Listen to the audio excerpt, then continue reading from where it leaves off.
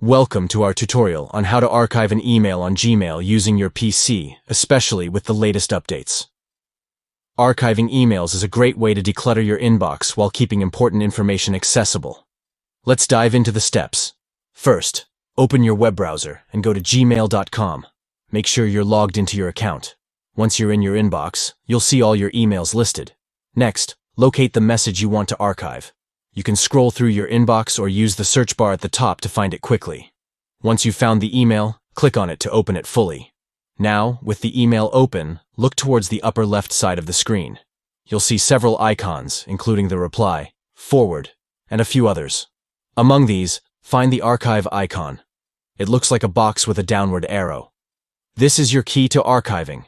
Simply click on the archive icon. You'll notice that the email will disappear from your inbox. Don't worry, it's not deleted. It's now safely archived in your Gmail, allowing you to focus on your current tasks without the clutter. And that's it. You've successfully archived an email on Gmail using your PC. If you ever need to find that email again, just go to the All Mail section on the left sidebar, and you'll see it there. Thanks for watching.